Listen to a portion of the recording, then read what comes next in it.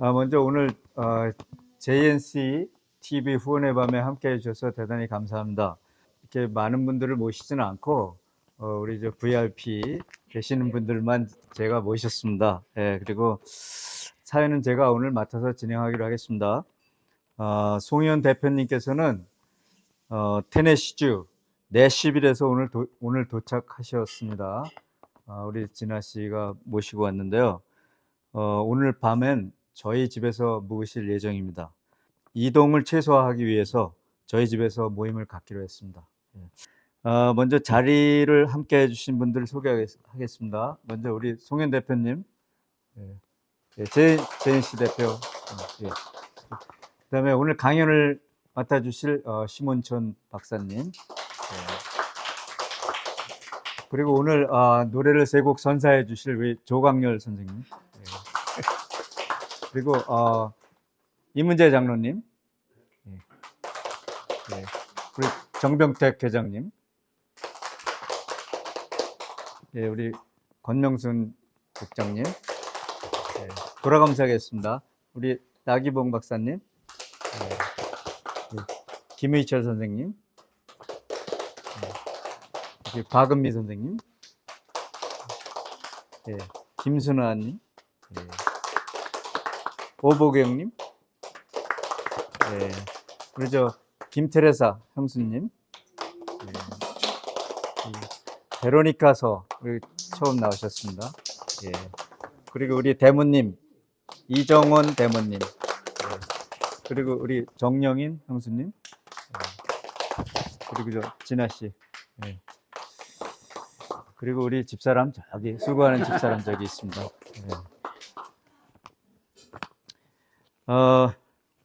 먼저 알려드릴 말씀은 오늘 후원의 밤 소식을 듣고 LA 촛불 행동에서 200불, 그리고 세월호를 기억하는 토론토 사람들이라는 단체에서 100불을 후원해 주셨습니다. 그리고 지금 이 자리에는 함께하지 못했지만은 시애틀 진보연대 회원님 중에서 유혜자님께서 200불, 김양순님께서 100불을 이미 보내주셨습니다. 그리고 이 자리에 계신 분 중에서 우리 이문재 장로님께서는 전에부터 저한테 미리 500불을 미리 보내주셨습니다. 그래서 그걸 제가 미리 알려드리고요.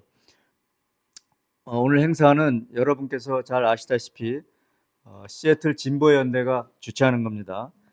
후원금을 주실 분들은 수표를 KPCS로 쓰셔서 저에게 주시면 제가 합계를 내서 토탈 금액에 대해 진보연대 체크를 JNC TV 앞으로 써드리겠습니다. 물론 나중에 내역은 다 쉐어하겠습니다. 오늘 진행 순서를 말씀드리면 심원천 박사님께서 우리 강연을 해주시고 그리고 질의응답 시간이 있겠습니다. 강연이 끝나면 우리 조광열님께서 기타 반주의 노래를 선사해 주시겠습니다. 원래 시작하기 전에 한 곡하고 나중에 두 곡을 이렇게 해주시려고 했는데 여기 나중에 두 곡만 하신답니다. 여기에 지금 뭐 코드가 바뀌어가지고 좀 이상하게 듣는 모양입니다. 우리 조광열 선생님은 재능 기부로 오늘 후원을 해주시는 겁니다. 그리고 공연이 끝나면 그 다음에 단체 사진을 촬영을 하고 이 배너 배경으로 해가지고 그 다음에 이제 즐거운 식사를 하도록 하겠습니다. 제가 미리 말씀드리고 싶은 거는 저 문간에 제가 그 이해찬 회고록을 20권을 쌓아놨습니다. 제가 사비를 들여가지고 50권을 샀어요. 그래서 지금 오늘 오신 분들한테 원하시는 분은 제가 한 권씩 나눠드릴 테니까 가실 때 잊지 마시고 한 권씩 가지고 가시기 바랍니다. 저 책입니다. 저 책을 읽어보면 진짜 저도 이해찬 그분에 대해서 잘 몰랐어요. 근데 저기 자세히 나옵니다. 새로운 아주 좋은 책입니다. 그래서 제가 했고, 그러면 이제 심원천 박사님께서 강연을 해 주실 텐데요. 오늘의 주제는 외세 압력을 넘어선 주권적 평화의 비전과 시민사회의 역할에 대해서 말씀해 주시겠습니다. 사실 강연 주제를 생각해 볼 때 몇 시간도 모자라는 내용이지만 제가 오늘 길지 않게 해달라고 특별히 부탁드렸습니다. 그 점 참고해 주시면 감사하겠습니다. 심원천 박사님은 미국의 패권 정책이 한반도 평화에 미치는 영향을 연구하는 국제 정치학자이시며 한국의 민주화, 노동, 인권, 평화를 위한 국제연대를 도모하는 운동가이십니다. 심원천 박사님은 캘리포니아 주립대에서 정치학 박사학위를 받으시고 노스이스턴 유니버시티와 서폭 유니버시티에서 교수를 역임하셨고 하버드 대학 한국학센터 연구원, 유니버시티 오브 워싱턴 방문학자로 활동하신 바 있습니다. 현재는 한국정책연구원 이사로서 추루스 아웃 같은 미국 언론에 지속적으로 기고문을 발표하고 계시고 सब스택이라는 플랫폼을 통해 매주 1, 2회씩 코리아 업데이트를 영문으로 쓰고 계십니다. 박수로 환영해 주시기 바랍니다.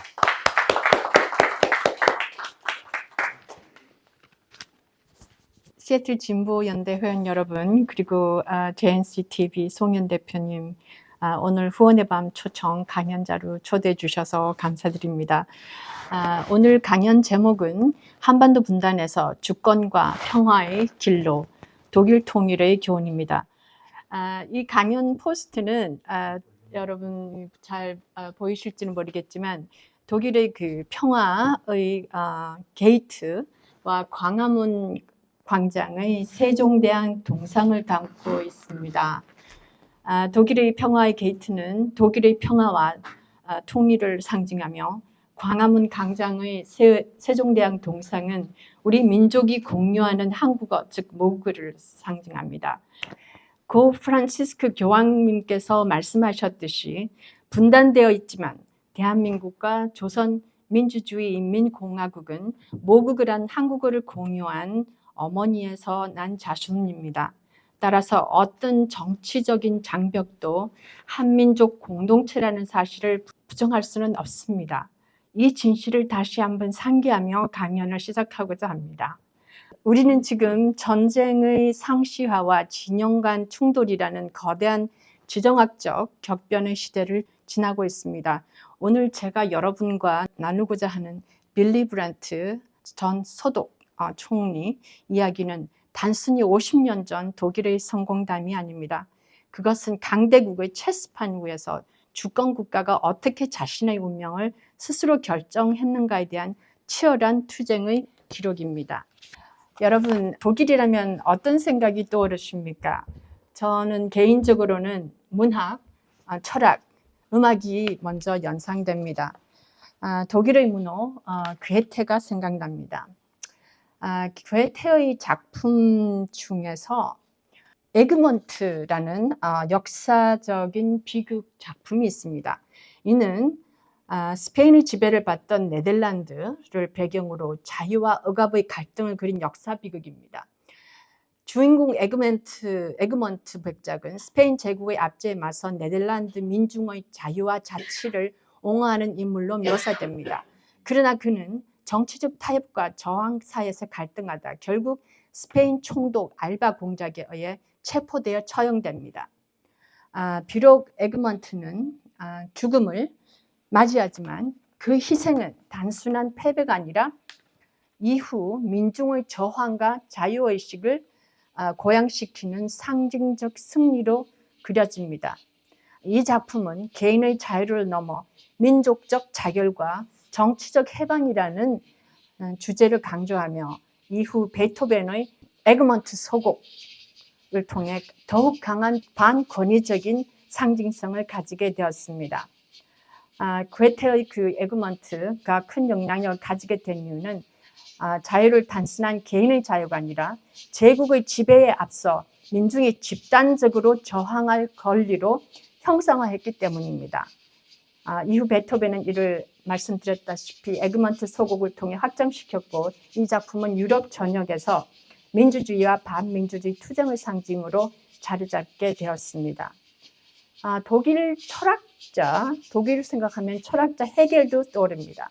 금색중 우연히 한국에서 출발된 모순을 껴안고 성장하라는 제목으로 된 책을 보았습니다. 이는 모순과 대립 속에서 더 높은 진리가 태어난다는 내용을 담고 있습니다. 헤겔의 변증법은 현재 남북한이 겪고 있는 수많은 모순과 갈등 속에서도 더 높은 진리와 이상을 향해 나아갈 수 있다는 영감을 줍니다. 그리고 또 여러분들도 어떤 분들은 독일 그리면 또 음악가, 지도자, 유명한 카라얀 지휘자가 생각납니다. 그리고 빌리 브랜트 전 총리입니다. 그가 했던 말씀 중에 우리는 원래 하나였던 것은 다시 하나가 되어야 한다. 함께 공유하는 것은 함께 성장한다는 말이 떠오릅니다. 빌리 브랜트의 정책은 고 김대중 전 대통령에게도 큰 영향을 미쳤습니다.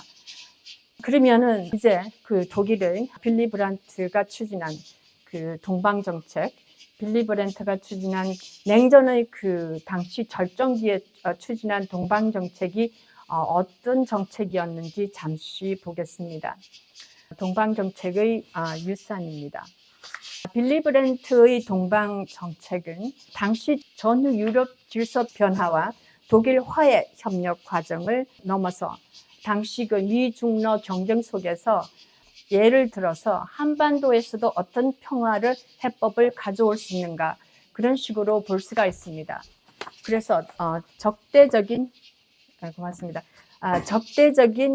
두 국가 담론을 넘어서 공존과 통합의 가능성을 탐색해서 빌리 브랜트의 그 노벨 평화정신 그리고 소독뿐만 아니라 당시 그 동서독 시민들이 그 정신으로 바탕한 그 역할을 중심으로 외세 압력을 넘어선 주권적 평화의 비전을 제시합니다.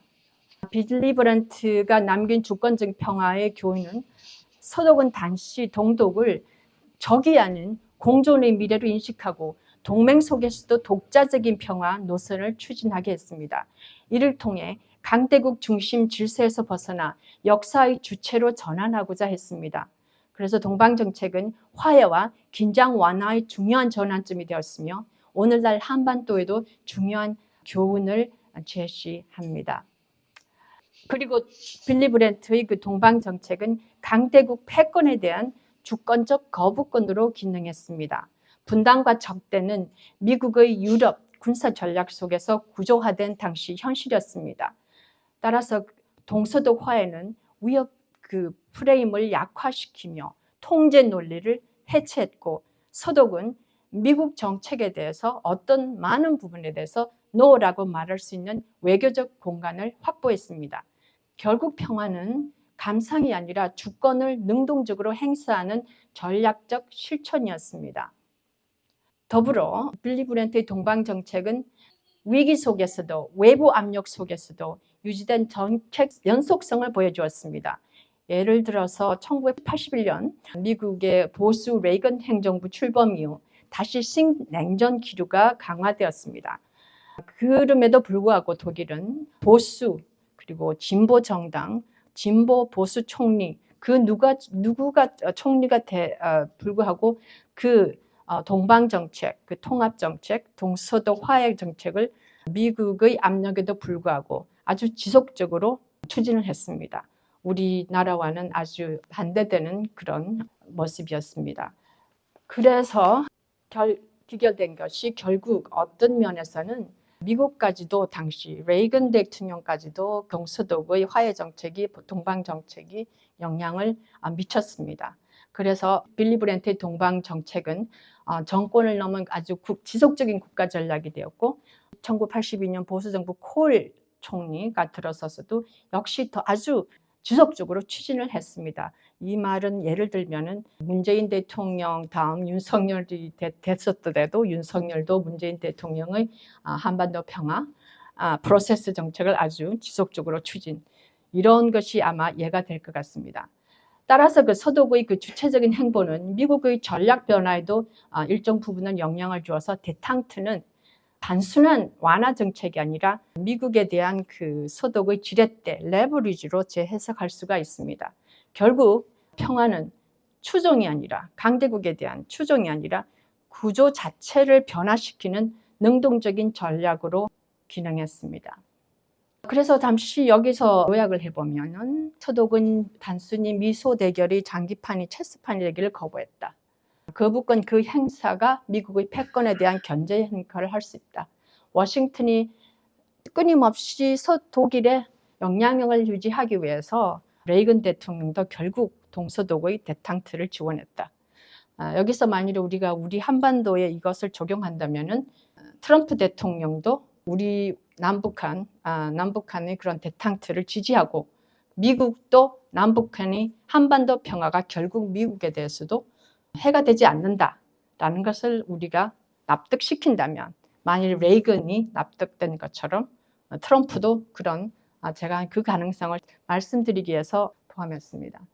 한반도 어떤 교훈이 올까요? 한반도 화해 프로세스의 취약성. 독일은 보수 진보 그 어떤 정부가 들어서든 그 지속적인 그야말로 30년 동안 꾸준히 그 동서독 화해 정책을 했습니다. 그래서 나온 것이 결국 그 독일 통일. 근데 우리나라는 그냥 여러분 더 말씀드릴 필요도 없이 그죠?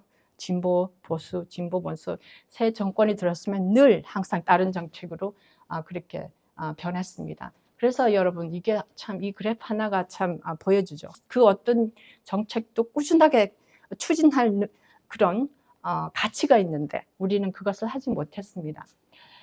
그래서 평화를 위한 전략적 조건, 관계 정상화, 조선인민민주공화국과 우리 그 대한민국과의 관계 정상화, 그리고 북미 관계 정상화. 이제 앞으로 그 시진핑 트럼프 정상회담도 했으니까 그 다음 차례는 우리겠죠. 그리고 그 우리가 이재명 대통령을 대통령으로 가진 우리 자랑스러운 대한민국이니까 이젠 그 주권자 균형자로서 충분히 저는 중견국 균형자 역할을 할 수 있다고 봅니다. 따라서 영구적인 평화체제 그것을 한번 꿈꿔봅니다.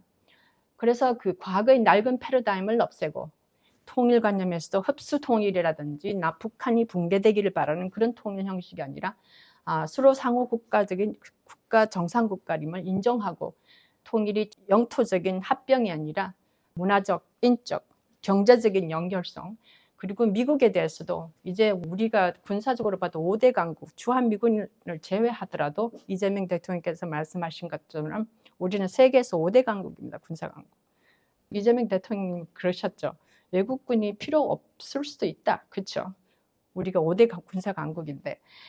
그래서 그 종속적인 동맹에서 그리고 그 미국의 우리 한반도는 그야말로 미국의 중국에 대한 최점초 기지지 않습니까? 그 구조 트램에서 벗어나서 우리 나름대로의 그런 전략적 자율성, 균형을 가진 파트너가 된다는 것입니다. 10년 전만 해도 이것이 사실 이상이었는데 지금 이제는 우리가 정말 충분히 모든 기반이 갖춰 있다고 봅니다.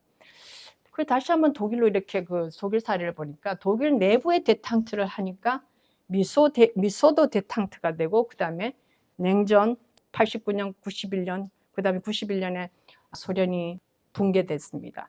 그래서 이런 식으로 이제 스텝이 보여지는 거죠. 그 만일에 저희들에게 적용을 한다면 우리 남북한 내 대탕트, 중국, 미국 대탕트, 동북 우리 노스이스트 아시아의 대탕트 그러면 이제 앞으로 어찌 지금 하고 있는 냉전을 완전히 종식해서 이럴 때 어떤 구상이 일어나면은 우리 남북한 모두 아주 주체적인 역할을 할 수 있다는 것입니다. 그런데 지금 현실은 어떻습니까? 제가 지금 너무 꿈을 꾸고 있는 듯한 말을 하는데요. 현실은 이렇습니다. 지금 이 사진은 제가 15년 전쯤 그 홍콩에서 동북아시아 평화 컨퍼런스가 있었는데요. 그 회의에서 남북한 학자들이 함께 한 사진입니다. 여러분 그 북한 조선인민주공화국 학자들이 어느 분인지 아시겠죠? 뺐지, 그죠? 그리고 이제 이 교수님, 곽태양 교수님, 아주 우리 통일운동 열심히 하는 곽태양 교수님, 그 다음에 서울대 통일 교수님. 이 사진이 여러분 보면은 이 사진이 떨렸어요. 떨린 이유가 제가 오늘도 약간 제가 조금 이렇게 대중 앞에 서는 게 조금 하지 않아서 떨리는데, 그냥 찍으려고 했는데 제가 찍은 사진입니다. 자, 이게 3일 동안 회의 마지막 날 찍은 건데 여기서 이제 그냥 이렇게 첫 사진 이렇게 찍었어요. 전부 다. 근데 그 다음에 곽태양 교수님이 우리 조국의 통일을 위하여 그러셔서 이 사진이 된 겁니다. 근데 그때 우리 전부 다 이제 구호를 외쳤죠. 구호를 외쳐서 제가 떨려서 이렇게 사진이 떨린 겁니다. 네, 그리고 우리 그 오른쪽 제일 저쪽에 이제 저쪽에서 왼쪽 저분 가장 어린 분인데 저분이 학자예요.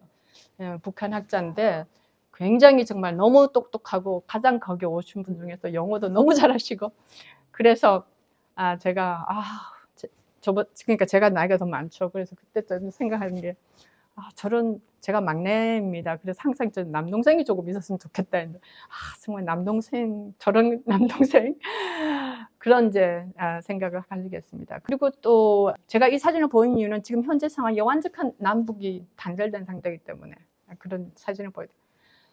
이 사진 어느 분이 저랑 사진을 찍으면 알겠죠. 북한 김성, 북한에서 유엔 대사입니다.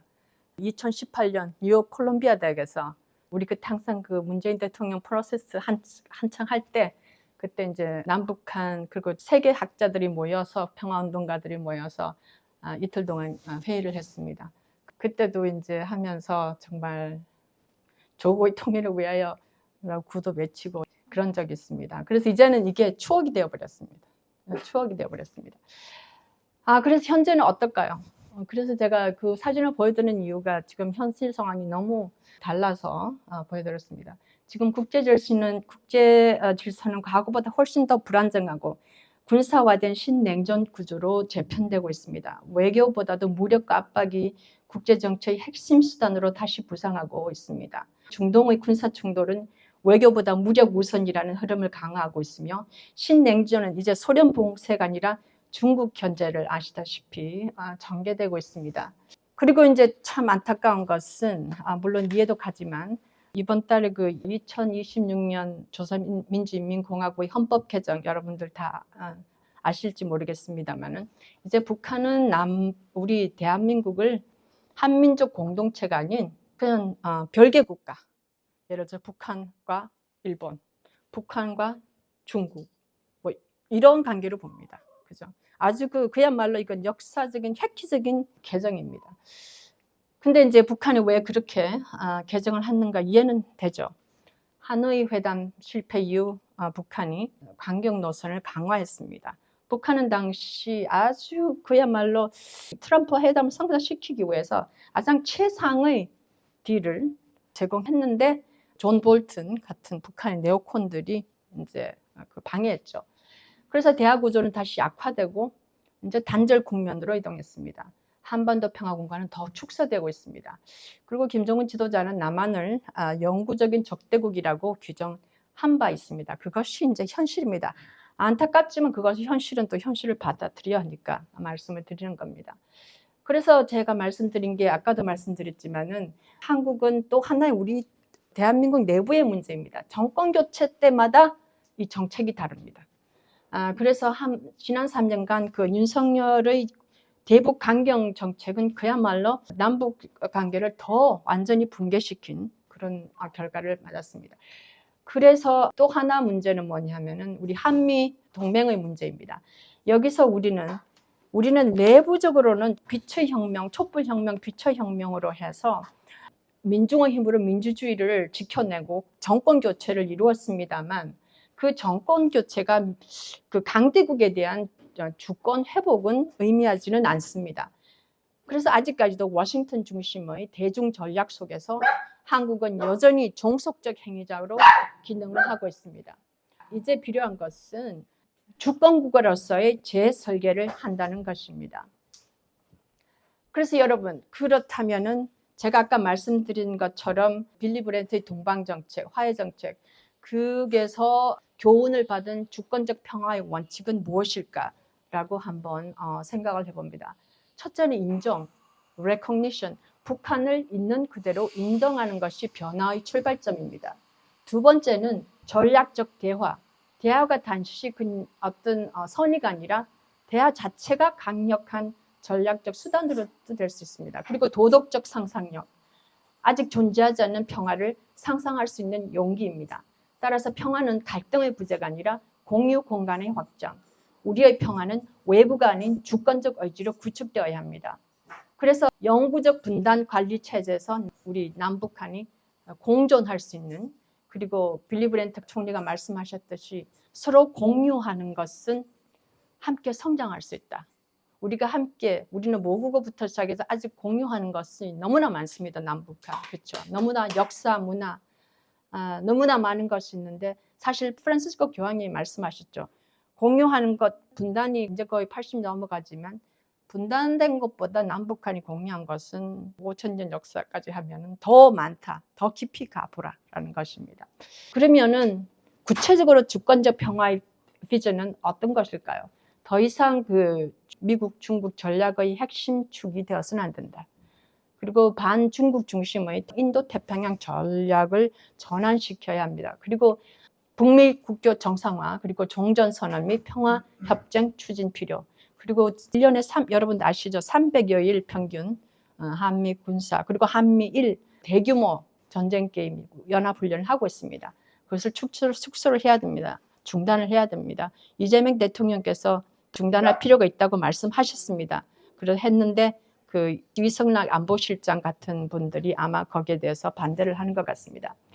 따라서 북한의 이번 그 헌법 개정을 통해서 나타난 그 두 국가 전환은 역설적으로 어떻게 보면은 아주 공존할 수 있는 포지티브한 조건을 우리가 상상할 수 있습니다. 그래서 흡수 통일 중심 사고를 벗어나서 적대 구제는 해체하고, 따라서 이 다음 조항이 가장 중요합니다. 구체적으로 국가보안법을 해체시키고 우리 대한민국의 헌법 조항도 이제 개정을 해야 됩니다. 그리고 군사협정 자체를 재검토를 할 필요가 있습니다. 그래서 이 단절된 현실 속에서도 단계적인 신뢰 구축과 협력 재개 가능성을 존재를 상상할 수 있습니다. 요약하면 구체적으로 현재 그 한반도 통일과 그 평화의 3대 장벽이 무엇인가? 첫째는 강대국 중심의 국제 질서, 둘째는 북한의 그 현재 대남 전략 변화, 셋째는 대한민국의 제한된 우리 내부소의 주권 문제. 그래서 새로운 패러다임은 최근 그 여러 우리 진보에서도 통일 문제에 대해서는 이제 통일은 더 이상 얘기를 하지 말자는 말씀도 계십니다. 그래서 제가 제안하는 것은, 그렇다면 통일이라는 얘기 대신 한반도 주권 공동체를 한번 이념을 생각해보자. 개념.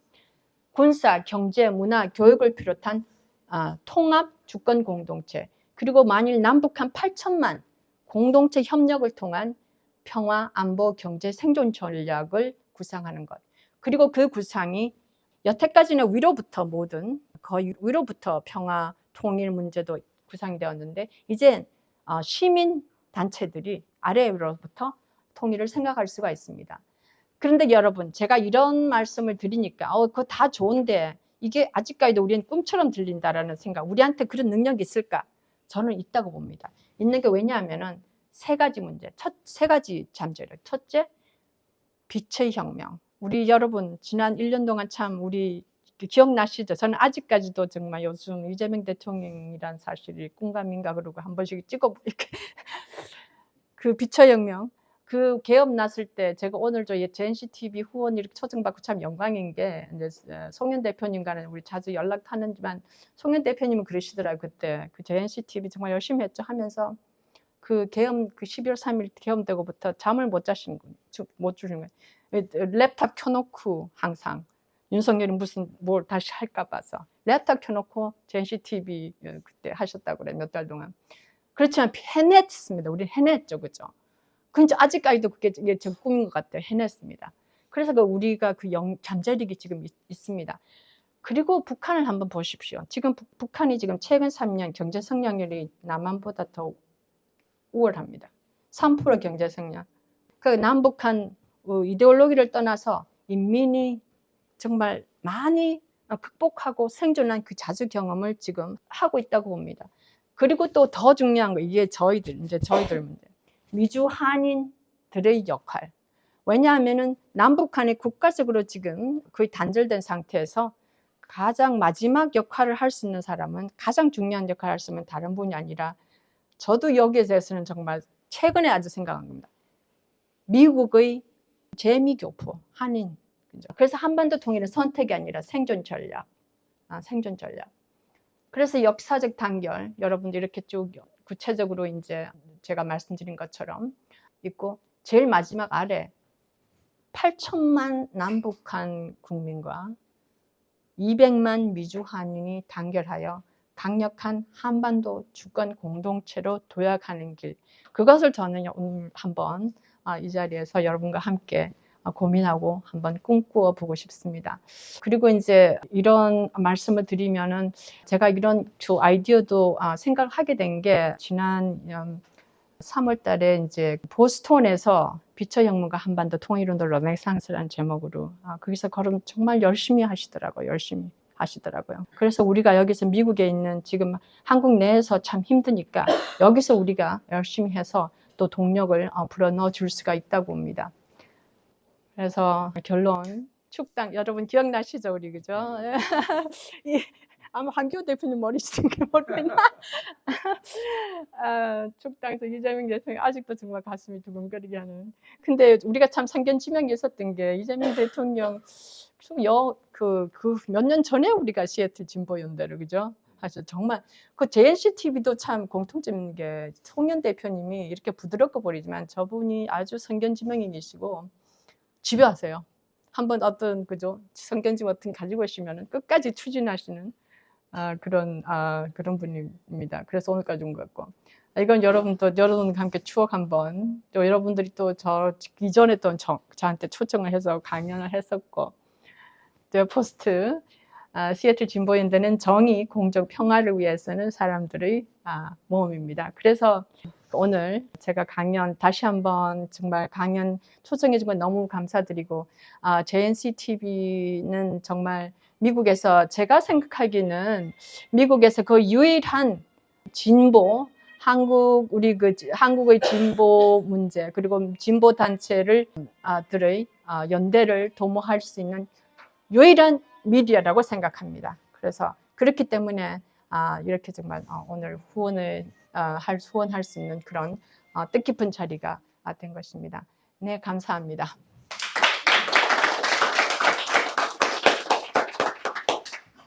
여기 무지개가 자주 떠요. 그래서 제가 제 카톡 프로필 사진에 한번 우리 박사님께 질문 있으신 분. 신원 박사님도 우리 민족 통일에 대해서 아주 큰 열정을 가지신 분이라는 그런 느낌을 많이 받습니다. 근데 실제로 그런 관심을 많이 갖고 계신 박사님께서는 실제로 9.1한 날 크게 개인적으로 생각하고 계십니다. 그리고 그 다음에 정말 박사님 말씀대로 어떤 우리가 주권을 어느 정도 양해를 얻게 되고 미국이라는 나라가 자기의 재권이 어느 정도 약해져서 이제 남북 관계에 관심이 없고 두 나라가 잘 해보라.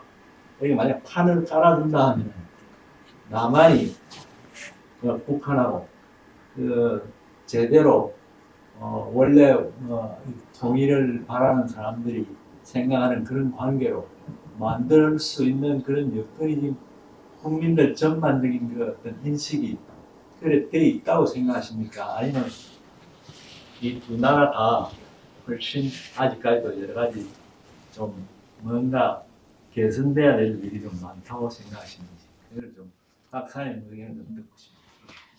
저의 개인적인 북한에 대한 생각은 이렇습니다. 제가 전후 한국 전쟁 후 세대잖아요. 그래서 저는 철저하게 반공 교육을 받고 자란 한국에서 자란 세대입니다.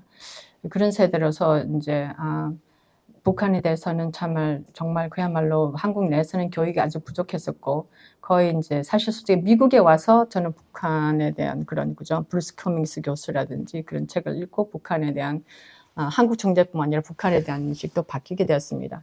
그렇지만 전 개인적으로는 우리는 한민족이라고 생각합니다. 지금 김정은 지도자 북한 헌법 개정이 어떻든 우리는 한민족이고 그 다음에 한민족이지만 외세의 압력으로 해서 분단된 그렇기 때문에 북한에 대해서는 아주 편견한 그런 지식은 교육을 통해서 많이 바뀌어야 된다고 저 자신에게도 반성을 하고 있습니다. 그리고 두 번째 남북한의 인식 문제 남한 특히 지금 최근 3년 동안 그 윤석열 정권의 정책 때문에 남한 내에서의 그 통일에 대한 선호도는 아주 낮아졌습니다. 그건 사실입니다. 그죠? 그런데 여러분 그 문재인 대통령 한반도 프로세스 2018년, 2019년 할 때 우리나라의 그 지지도가 당시 그 70%, 80% 그 한반도 프로세스, 평화 프로세스 70%, 80%가 국민 지지가 있었습니다. 그리고 당시 여러분 기억나시는지 모르겠습니다. 김정은 지도자에 대한 당시 호감도가 그 당시 우리나라의 70% 그때 정상회담 할 때 그 정도로 나왔습니다. 그게 무슨 얘기냐면은 지도자가 정말 지도자 역할이 참 중요하다는 것입니다. 그래서 우리 그 국민들의 그 인식은 지도자가 어떻게 하는 것에 따라서 충분히 바뀔 수가 있다고 생각합니다. 그리고 또 다른 거는 제가 지금 요즘 제가 은퇴를 하고 요즘은 이제 사립학교에서 이제 미국 학생들, 고등학생들을 가리키는데 그저께 그 학생 한 명이래요. 한국은 전혀 모르는데 선생님이 한국 사람이니까 자기가 이렇게 또 검색을 해봤나요? 하면서 깜짝 놀라는 거예요. 저출산. 한국은 50년 넘 뒤에 되면 한국이란 자체가 소멸된다. 저출산 문제로. 그래서 제가 그때 이 말을 했죠. 우리는 근데 무기가 있다. 뭐냐 하면 통일. 그래서 이 말씀을 드리는 게 지금 그 남북 이제 전 정치인들도 바뀌어야 된다고 생각합니다. 이 단순히 그 남북한 평화 그 통일 문제가 그냥 이렇게 정치 이데올로기 뭐 정책 문제를 넘어서 솔직히 실존 문제, 실존 존재의 한민족 그 실존 문제입니다. 북한도 사실 북한도 이해를 하죠. 제가 왜 북한이 지금 그런 식으로 강경 노선을 나오는지. 북한 입장을 제가 옹호하는 게 아니라 이해를 하려면 이렇습니다. 아무리 북한이 어떤 그 협상을 하고 해도 마지막 그 결정을 내리는 것이 미국입니다. 그래서 문재인 대통령 평화 프로세스도 어쩌면 실패한 이유가 거기입니다. 미국에서 이게 마지막에서 그 비토를 했죠. 트럼프가 사실 트럼프 일기 때 이런 말을 했습니다. 남한은 대한민국은 허가 없이는 아무것도 못한다. Without my approval, without our approval. 그랬습니다. 이제 그래서 북한으로 보기는 이제 남한하고 아무리 열심히 협상을 하고 해도 마지막에 가서는 미국이 결정을 하니까 그럼 대한민국하고 상대를 할 필요가 없잖아. 시간 낭비, 그죠? 그런 그 논리가 나옵니다. 그런 논리임에도 불구하고 저는 이제 이거 약간 제가 이정민 정부 지지하기 때문에 제가 또 이런 나름대로 편견이 있는데 저는 김정은 북한 그 지도자들에게도 말하고 싶습니다. 한번 이재명 대통령 정권 아직 기회도 한번 주지 않았습니다. 그래서 이재명 대통령이 사실 정권 들어와서 여러 가지 남북한 그 화해를 위한 여러 가지 조그만 스텝을 많이 했는데도 불구하고 이제 북한에서 거의 아직까지도 이제 거의 이제 응답을 하지 않고 있는데 저는 이제 거기에 대해서는 조금 불만이 있죠. 개인적으로는. 그래서 기회를 한번 줘야 된다고 생각합니다. 북한도 어느 정도. 그렇다면 물론 이해를 하죠. 그래서 이제 너무 긴 말인 것 같지만 요약을 하면 그래서 빌리 브랜트 그 독일에서도 교훈을 받을 수 있는 게 사실 빌리 브랜트하고 그 이재명 대통령 약간 닮은 점이 있어요. 빌리 브랜트가 서독 진보 3인당 출신이었거든요. 아주 냉전 속에서 3인당 진보 서독 총리가 됐는데 당시 근소차 의회 내에서 서독은 의회주의인데 아주 근소차로 3인당이 다수당이었어요. 그죠? 다수당. 그럼에도 불구하고 이 빌리 브랜트가 추진을 한 거예요. 추진을 했어. 그래서 저는 생각하기에 이재명 대통령께서 지금 아주 많은 국내 문제도 있지만 우리가 거기서 이재명 대통령도 한번 이 추진을 할 필요가 있고 그 추진을 할 힘을 주는 것은 바로 또 우리 시민들 아래로부터 시민 그리고 특히 우리 미국에서 이렇게 또 한국에서는 또 미국 시민들이 이렇게 한다면 또 왜 한국인 국내에서 미국 그러면 또 그런 게 있잖아요, 그죠?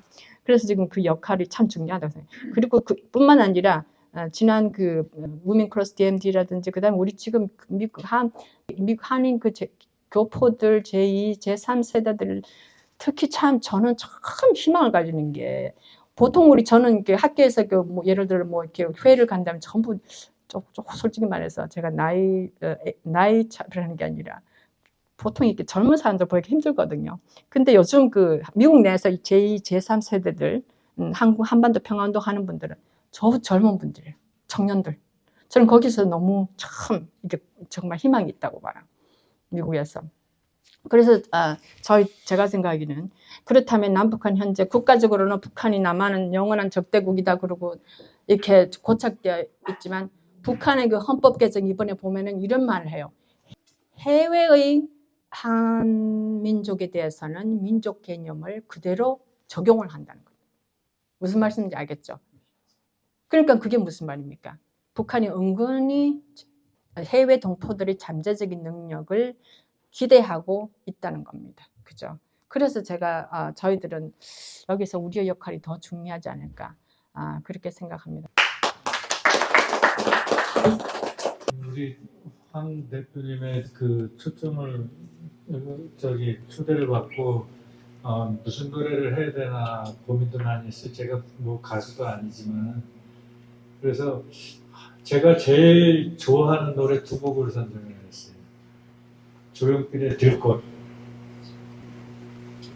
이제 들꽃이 많이 피는 계절인데 들꽃하고 그다고 임지은의 꿈이어도 사랑하네요라고 그 두 곡을 준비했습니다. 잘못 부르지만은 많이 경청해 주시고 감사합니다.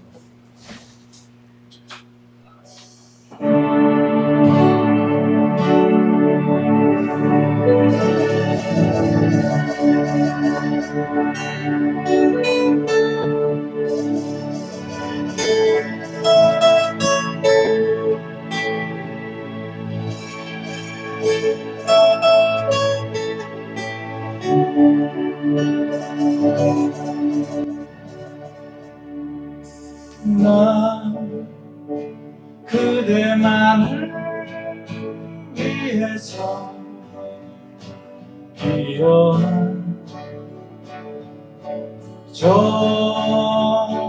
바위 틈에 한 송이 들꽃이 불금 사이 이름도 없는 들꽃처럼 빛나네요. 내 진정 그대를 위해서 살아가리라.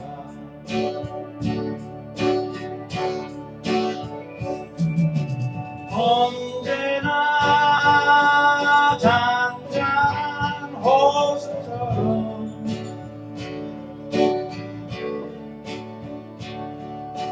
그대는 내 가슴에 항상 머물고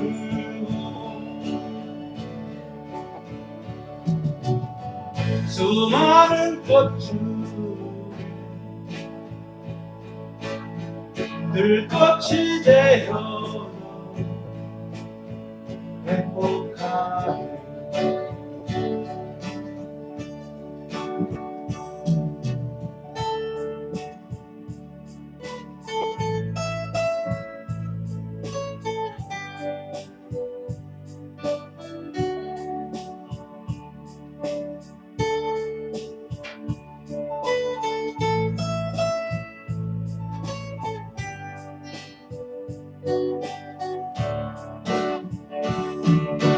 붉은 사이 이름도 없는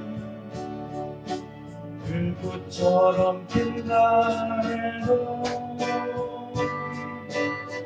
내 진정 그대를 위해서 살아가리라.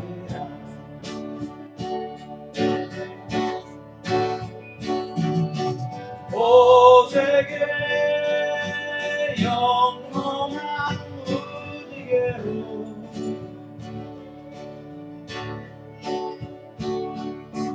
그대는 내 가슴에 항상 머물고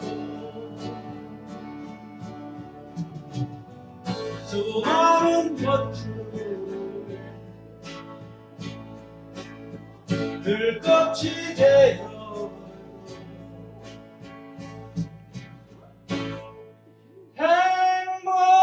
행복하리.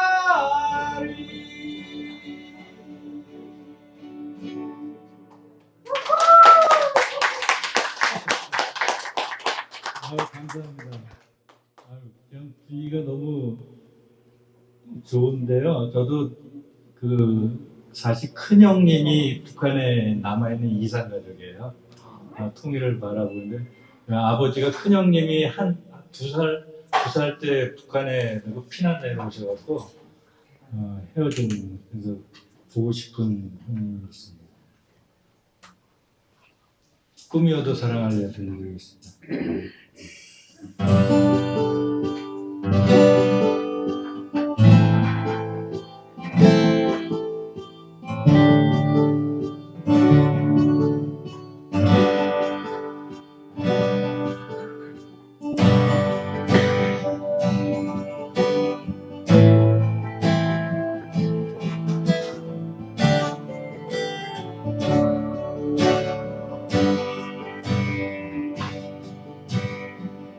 그대가 그리고 살아온 날에 한없이 울었습니다. 그대와 나누지 못한 미련들을 가슴에 쏙 드러내리며 그대가 보고파 그리운 날에 한없이 걸었습니다. 그대와 함께 걷던 그 길을 당신 아닌 다른 사람과 시간이 오래 지나갔고 내 모습도 바뀌었지만 그대와 함께했던 마음은 지금도 한결같아요. 사랑했던 옛 시간 속으로 하루라도 갈 수 있다면 당신과 못다 이룬 사랑 꿈이어도 사날래요.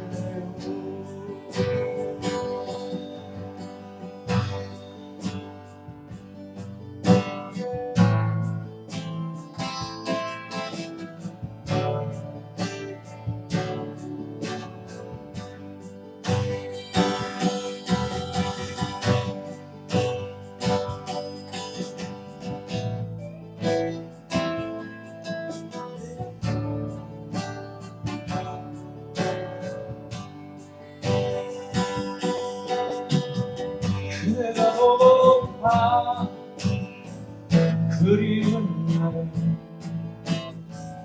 한없이 걸었습니다. 그대와 함께 걷던 그 길을 당신 아닌 다른 사람과 시간이 오래 지나갔어 내 모습도 바뀌었지만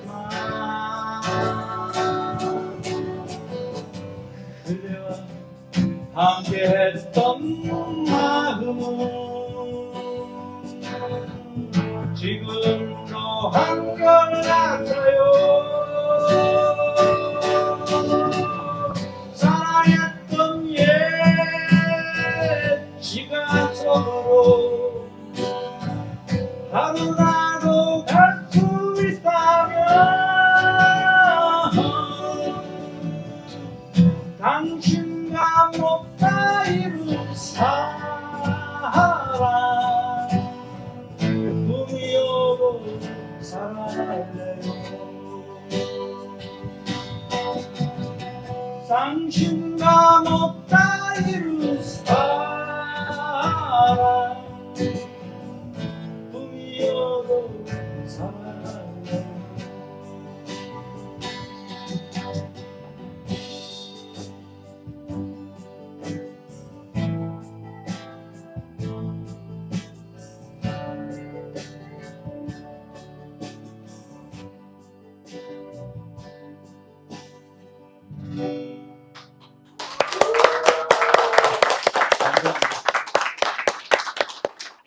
이제 식사하시기 전에 우리 여기서 단체 사진을 이 배너를 배경으로 해서 여기서 좀 찍었으면 좋겠습니다. 예, 그래서 통일을 위하여. 위하여